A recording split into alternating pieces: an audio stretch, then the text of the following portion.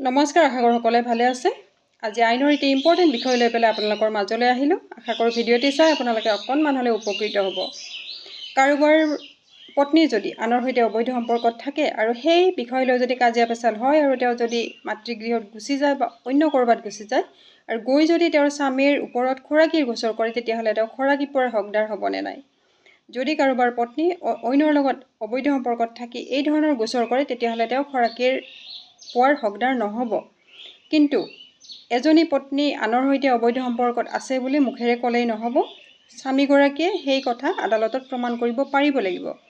সেই কথা কেনেদৰে প্ৰমাণ কৰিব? সেই অবৈধ প্ৰেমিকৰ লগত আপত্তিজনক ফটো, ফোন কল ৰেকৰ্ডিং বা হোৱাটছআপ মেছেজ, চেট বা ইমেইল মেছেজ, চেট ইত্যাদি এই ধৰণৰ প্ৰমাণেৰে আদালতত প্ৰমাণ কৰিব লাগিব যে তেওঁৰ পত্নী কাৰোবাৰ লগত অবৈধ সম্পৰ্কত আছে আৰু তাৰপিছত তেওঁ খোৰাকিৰ গোচৰ কৰিছে।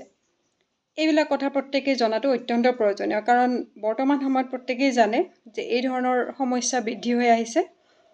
যদি মোৰ আইনৰ ইনফৰমেশ্যনবিলাক আপোনালোকৰ ভাল লাগে, মোৰ পেজটি ফ'ল' কৰিব, লাইক কৰিব, কমেণ্ট কৰিব, মষ্ট ইম্পৰ্টেণ্ট শ্বেয়াৰ কৰিব, যাতে প্ৰত্যেকেই এইবিলাক কথা জানে আৰু সাৱধান হয়, সুৰক্ষিত হয়। নতুন নতুন আইন, নতুন নতুন বিষয়বিলাক প্ৰত্যেকে জনাটো অত্যন্ত প্ৰয়োজনীয়। আজিলৈ এইখিনি, আকৌ আহিম নতুন ভিডিঅ'লৈ আপোনালোকৰ মাজত। আজিলৈ ধন্যবাদ।